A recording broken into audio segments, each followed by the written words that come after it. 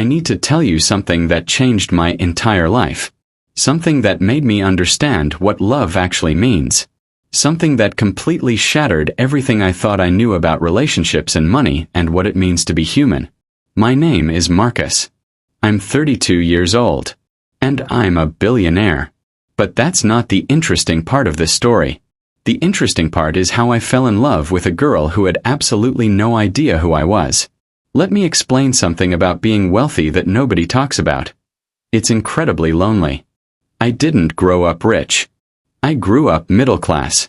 My parents worked hard. They taught me to work hard. And I did. I built a technology company from my garage. I spent 15 years developing technology that revolutionized an entire industry. I lived in my car for 2 years. I slept at my desk for 5 years. I sacrificed everything to build something. And then I sold my company. I sold it for $5 billion. $5 billion. Let me say that again. $5 billion. And the moment that money hit my account, I felt something shift inside me. I felt something break. Because suddenly, everyone wanted to be my friend. Suddenly, every woman I met was interested in me. Suddenly, every business associate wanted to partner with me. Suddenly, I was surrounded by people who wanted things from me. But nobody actually wanted me. Nobody actually knew me. Nobody actually cared about who I was as a person. I tried to date. I went out with women who were beautiful and sophisticated and came from money. And every single one of them revealed, within weeks, that they were only interested in what I could give them. They wanted the lifestyle. They wanted the access. They wanted the status of being with a billionaire. Nobody wanted the real me. The me that existed before the money.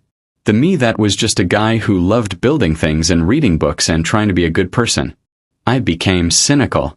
I became isolated. I built walls so high that nobody could get close enough to hurt me. I convinced myself that I would never find authentic love. I convinced myself that real connection was impossible when you had money. And then I walked into a coffee shop and everything changed. She was working behind the counter. Her name was Sophie. She was 26 years old. She was nobody important. She made $12 an hour. She lived in a tiny apartment. She drove a car that barely ran. And she had no idea who I was. When I ordered my coffee, Sophie didn't recognize me. When I came back the next day, Sophie didn't know that I was a billionaire. When we started talking, Sophie was interested in me as a person, not as a bank account. And I fell in love. Completely. Utterly. Genuinely fell in love for the first time in my life. But here's the thing that broke my heart. On our third date, everything changed. Someone recognized me. Someone revealed my secret. And when Sophie found out that I was a billionaire, I saw something shift in her eyes. I saw her calculating. I saw her wondering if I was real or if I was just another guy trying to use his money to manipulate her. And I realized something devastating. I had no way to prove that my love was genuine. I had no way to convince her that I had fallen in love with her before I knew she knew about my money. This is the story of what happened after that moment. This is the story of how I tried to prove that I was worthy of her love. This is the story of how I had to learn to trust again. This is the story of how a billionaire learned what it actually means to be rich. And I'm telling you this story because if you're watching, if you're listening, if you're reading this, I need you to understand something. The moment you find someone who loves you for who you are, not for what you have to fight like hell to keep them. Because that person is rarer than any amount of money could ever be. I didn't realize this until it was almost too late. Rate this story from 0 to 10. Tell me if you think I was right to test Sophie. Tell me if you think she passed. Tell me if you believe that genuine love can exist between two people from completely different worlds.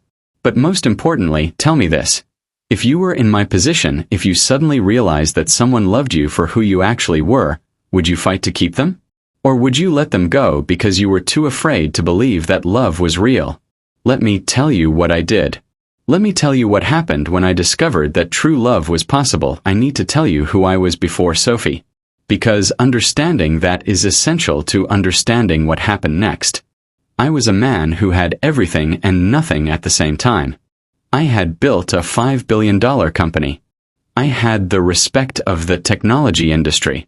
I had power and influence and access to anything money could buy. But I had no one. I was completely, utterly alone. My childhood wasn't tragic. My parents weren't absent. My family wasn't dysfunctional. I just grew up in a house where work mattered more than anything else. My father was a workaholic.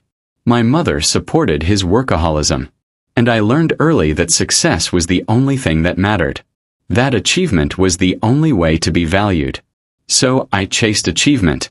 I chased success. I chased money. When I was 25 years old, I met a woman named Rachel. Rachel was beautiful. Rachel was smart. Rachel was from a wealthy family. I thought Rachel understood me because she came from money. I thought Rachel understood the drive, the ambition, the hunger for success. We dated for 3 years. We talked about marriage. I thought Rachel was the one. I thought Rachel loved me. But when I sold my company and became a billionaire, Rachel showed her true colors. Rachel wanted to control my money. Rachel wanted to make decisions about my fortune. Rachel wanted to be the woman behind the billionaire, pulling the strings, deciding what happened to my wealth. I told Rachel no. I told Rachel that my money was my responsibility. Rachel left me. Rachel said I was selfish. Rachel said I didn't understand what a real relationship was. And I realized in that moment that Rachel had never loved me. Rachel had loved the idea of being with someone successful. Rachel had loved the status. Rachel had loved the money. After Rachel left, I tried other relationships. I tried dating women from the business world. I tried dating women from high society. I tried dating women who came from money and understood the world I lived in. And every single one of them was the same. Every single one of them wanted something from me.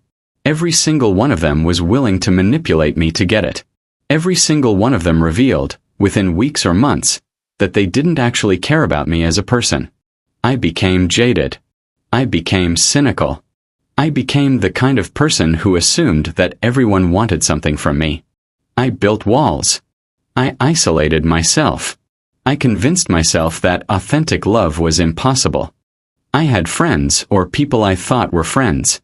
But when I examined those relationships carefully, I realized that they wanted my money. They wanted access to my connections. They wanted to benefit from my success.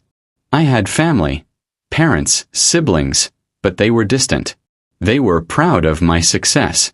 But they didn't actually know me. They didn't ask about my dreams anymore because they assumed my only dream was making more money. I had employees and colleagues and business associates. But none of them actually cared about who I was as a person. They cared about what I could do for them professionally. I was surrounded by people and utterly, completely alone. And I resigned myself to that loneliness. I told myself that this was the price of wealth. I told myself that authentic connection was impossible for someone like me.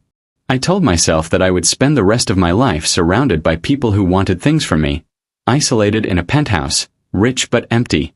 And then I walked into a coffee shop. The coffee shop was nothing special. It was small and quiet and located in a neighborhood I had never been to before. I had driven past it 100 times. One morning, I just decided to stop in. I ordered a black coffee. I sat in a corner with a book I was reading. It was a quiet morning. There were only a few other customers. And then I heard her voice. "How's the book?" she asked. "Is it good?" I looked up. There was a girl standing there. She was wearing a barista apron. She was probably in her mid-20s. She had this genuine smile on her face. Not the fake smile that service workers are trained to give, but a real smile. A smile that suggested she actually cared whether I was enjoying my book. "It's good," I said. "Thanks for asking." "Cool," she said. "Come back if you want to talk about it when you're done. I love recommending books." And she walked away.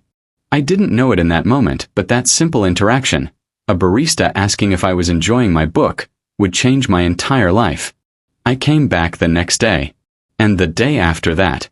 And every single day Sophie was there. And every single day we talked a little bit more. Sophie didn't know who I was. Sophie had no idea that I was a billionaire. Sophie didn't recognize me from any news stories or business magazines. Sophie just saw a man who came into her coffee shop regularly and seemed to enjoy talking to her. And I became obsessed with Sophie. Not in a creepy way. Not in a way where I was trying to manipulate her or control her. But I was obsessed with the fact that Sophie treated me like a normal person. Sophie was interested in my opinions. Sophie asked me about my thoughts on the books I was reading. Sophie was genuinely curious about who I was. After 2 weeks of conversations in the coffee shop, I asked Sophie if she would go on a date with me. I was terrified. I was terrified that she would say no. I was terrified that she would realize who I was and change how she treated me. But Sophie said yes. Our first date was at a small restaurant near the coffee shop. Nothing fancy. Nothing expensive. Just a simple dinner where we could talk. And I talked. I talked about my childhood. I talked about my dreams. I talked about my fears. I talked about the loneliness of building something big. I talked about the emptiness of success without someone to share it with. And Sophie listened. Sophie asked questions. Sophie was interested in the real me. The me that existed underneath the suits and the money and the power. I asked Sophie about her life. Sophie talked about growing up in a small town. Sophie talked about moving to the city to find opportunities. Sophie talked about working hard and trying to figure out what she actually wanted from life. Sophie talked about her fears and her dreams and her hopes. And I realized something revolutionary. Sophie was interesting. Sophie had depth. Sophie had things to say about life that were meaningful and real. I didn't ask Sophie how much money she made. I didn't ask Sophie where she came from financially. I didn't ask Sophie anything that would reveal my assumptions about her based on our economic differences. I just saw Sophie as a person. And Sophie just saw me as a person. After our first date, I was completely certain. I was falling in love with her. Our second date was a walk in the park. Our third date was dinner at a slightly nicer restaurant. And on our third date, everything fell apart. We were sitting at dinner when a woman approached our table. The woman was in her 50s. The woman was dressed in business attire. The woman looked at me and she said, "Mr. Bennett, I'm so sorry to interrupt your dinner, but I just wanted to thank you personally. Your foundation awarded my daughter a scholarship and she's now in her 3rd year of medical school. Your generosity literally changed her life. I just wanted you to know, thank you." The woman left. And I looked at Sophie and I saw it. The moment everything changed. Sophie's eyes went from warm and interested to cold and calculating. Sophie's body language shifted. Sophie suddenly looked at me like I was a stranger. "Who are you?" Sophie asked. I looked at her. And I realized that I had to tell her the truth. "My name is Marcus Bennett," I said. "I'm a billionaire. I built a technology company that I sold for $5 billion. I run several charitable foundations. I have investments all over the world. I am, financially speaking, one of the most powerful men in this country." Sophie stared at me. And I watched as she processed this information. And I watched as she began to wonder. Did this man manipulate me? Is this man trying to use me? Is this entire relationship a lie? "Why didn't you tell me?" Sophie asked. "Because I didn't want it to matter," I said. "I wanted you to know me as a person, not as a bank account." Sophie didn't say anything for a long time.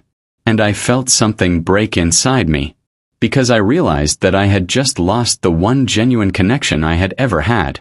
Sophie said, "I need to think about this. I need to go home." And she left. And I sat in that restaurant alone, terrified that I had destroyed everything. After that night at dinner, Sophie and I continued to see each other. But everything was different. Everything had changed. Sophie was distant. Sophie was guarded. Sophie was questioning everything about me, about us, about whether any of this was real. Sophie was wondering if I had manipulated her from the very beginning.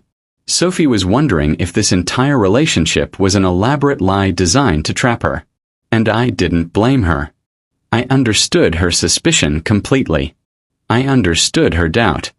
I would have been suspicious too if I were in her position. I would have wondered, did this man play me? Did he deliberately hide who he was to make me fall for him? Is he trying to use me for something? But I was also terrified. I was terrified in a way that I had never been terrified before. Because for the first time in my life, I had found someone genuine. For the first time in my life, I had found someone who seemed to love me for who I actually was. And I was about to lose them. Sophie didn't call me for a week after that dinner. A week. 7 days of complete silence. 7 days of me wondering if she was gone forever. 7 days of me understanding what it felt like to lose the only real thing I had ever had. And then Sophie texted me. Sophie said, "I want to see you. But I need to understand something. I need to know if you manipulated me." I agreed to meet with her. We met at a park. We sat on a bench. And Sophie asked me directly, "Did you deliberately hide who you were to make me fall for you? Did you play me?" And I told her the truth. No. I didn't hide who I was to manipulate you. I hid who I was because I desperately wanted someone to see me as a real person, not as a bank account. I hid who I was because I was lonely and desperate and terrified. But I didn't manipulate you. I never lied to you about anything except my financial status. Everything else, my feelings, my thoughts, my interest in you was completely real. Sophie believed me. Or at least, Sophie wanted to believe me. But Sophie also needed proof. So I did something that I'm not proud of. I tested Sophie. I did this deliberately. I did this consciously. I did this knowing that it was manipulative in its own way, but I also felt like I had no choice. I felt like I needed to know if Sophie would stay with me if I wasn't constantly showering her with wealth and status. I deliberately spent less money on her. This is important to understand. I wasn't being cheap because I couldn't afford to be generous. I was being deliberately modest to see if Sophie would notice, if Sophie would care, if Sophie would leave. When we went on dates after that, I suggested cheap restaurants instead of expensive ones. I suggested tacos instead of 5-star dining. I suggested pizza instead of French cuisine. And I watched Sophie's reaction carefully. I looked for disappointment. I looked for the moment when Sophie would realize that I wasn't going to shower her with the lifestyle she could have and would leave me for someone who would. But Sophie didn't leave. Sophie didn't show disappointment. Sophie didn't suddenly become interested in luxury dining. Sophie seemed actually happier going to cheap restaurants. Sophie was more relaxed. Sophie smiled more. Sophie enjoyed our conversations more when we weren't in some pretentious establishment trying to impress people. Sophie mentioned casually one day that her car, her broken-down, barely running car, needed major repairs. The transmission was going out. It was going to cost thousands of dollars to fix. Sophie was stressed about it. She didn't know how she was going to afford it. I saw an opportunity to test her. I could have easily said, "Don't worry about it. I'll buy you a new car." I could have bought her a luxury vehicle. I could have showed her the lifestyle that comes with being with a billionaire. But instead I said, "I'll help you fix it.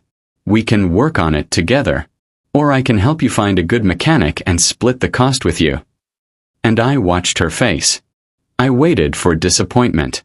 I waited for her to realize that I wasn't going to magically solve all her financial problems with my money. Instead, Sophie said, "Really?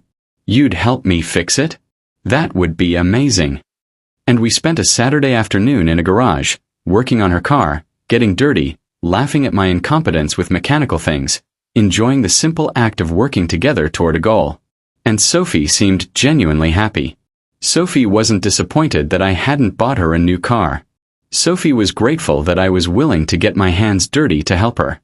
I introduced Sophie to my wealthy friends. This was another test. I wanted to see how Sophie would react to people with unlimited money, unlimited status, unlimited access to luxury and power. And I watched my wealthy friends try to impress Sophie. I watched them show off. I watched them compete with each other over who had taken the most exotic vacation, who had the biggest yacht, who had the most expensive watch collection. I watched them try to one-up each other with stories about private islands and luxury shopping sprees and exclusive clubs. And Sophie was completely unimpressed. Sophie didn't care about their money. Sophie didn't care about their status. Sophie asked them about their lives. Sophie asked them about their families. Sophie asked them about what made them happy beyond material possessions. One of my friends was bragging about his recent trip to the Maldives on his private yacht. Sophie asked him, "Do you spend much time with your kids?" He looked confused. He said, "My kids? Well, no, they're in boarding school."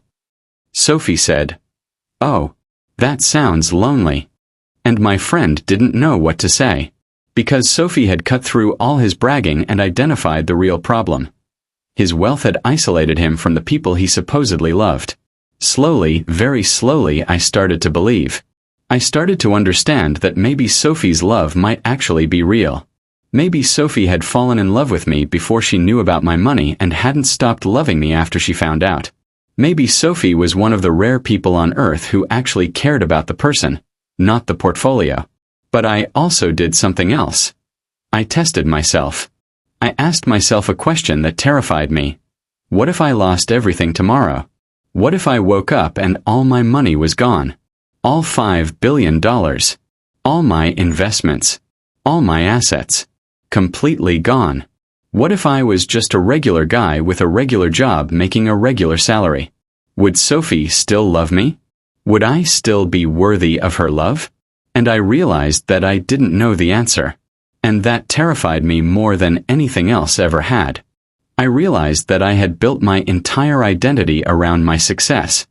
I realized that I had defined myself by my wealth. I realized that underneath all of that, underneath the money, underneath the status, underneath the power, I wasn't sure who I was. I wasn't sure if there was a real Marcus underneath the billionaire Marcus. I wasn't sure if I was lovable as just a person. And that realization broke me open.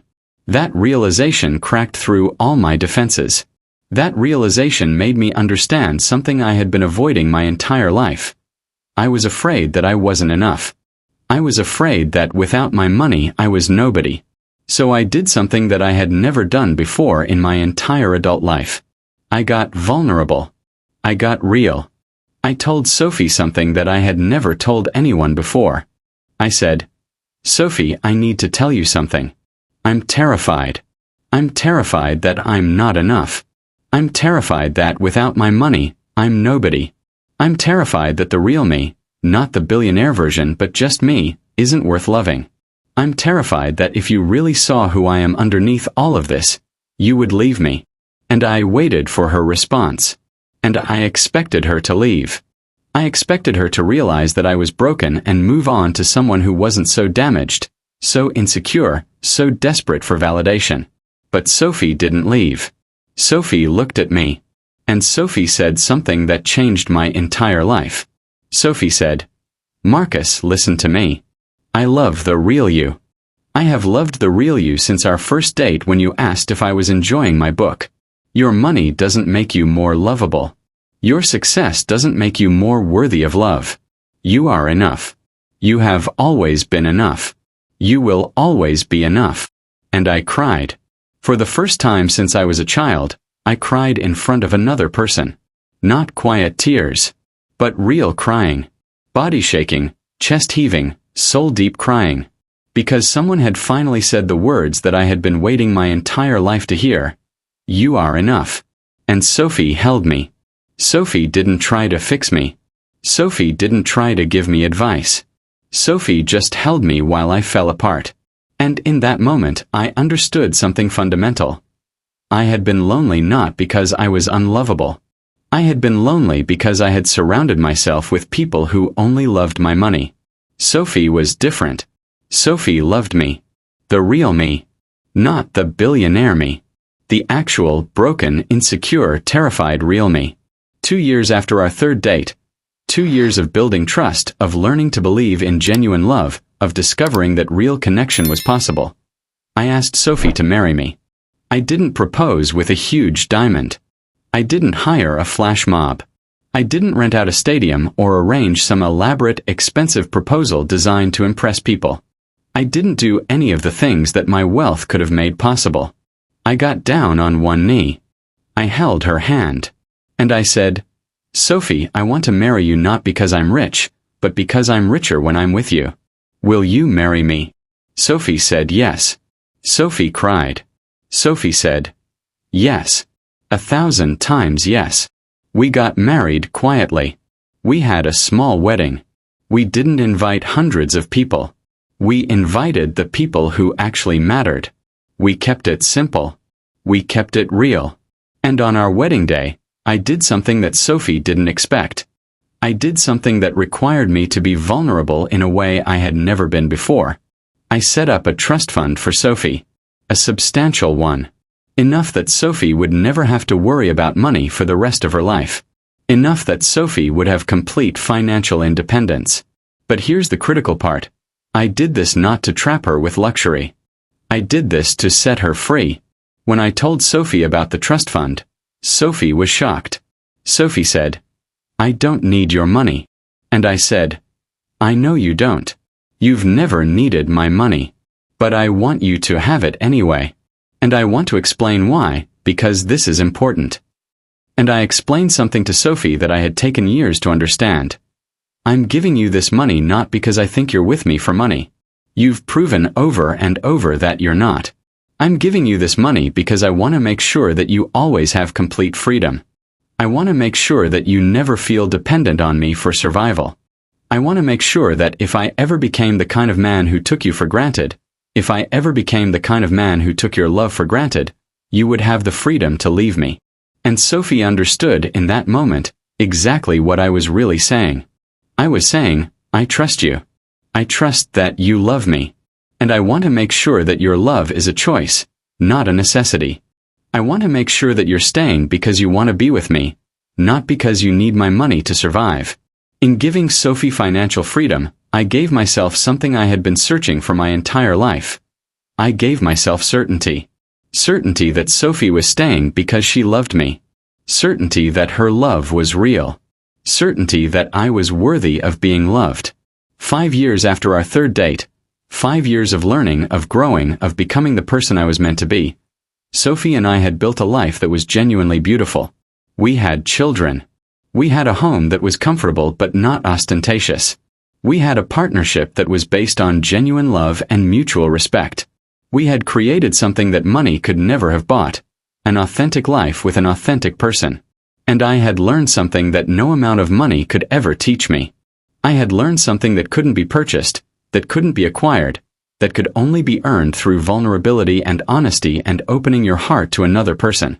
The richest I have ever been is when I am with Sophie. The richest I have ever been is when someone loves me for who I actually am, not for what I have. The richest I have ever been is now. And I understand now, looking back, that my entire journey, from lonely billionaire to man who understands what real wealth means, was necessary. I had to lose myself in my success to understand that success without love is empty. I had to experience the loneliness of unlimited money to understand that genuine connection is priceless. Sophie didn't save me. Sophie didn't fix me. What Sophie did was show me that I was worth saving. Sophie showed me that the real me, vulnerable, insecure, broken in places, but genuine and trying and honest, was worthy of love. And that's the most valuable lesson I have ever learned. That's worth more than $5 billion. That's worth everything. I'll see you next time.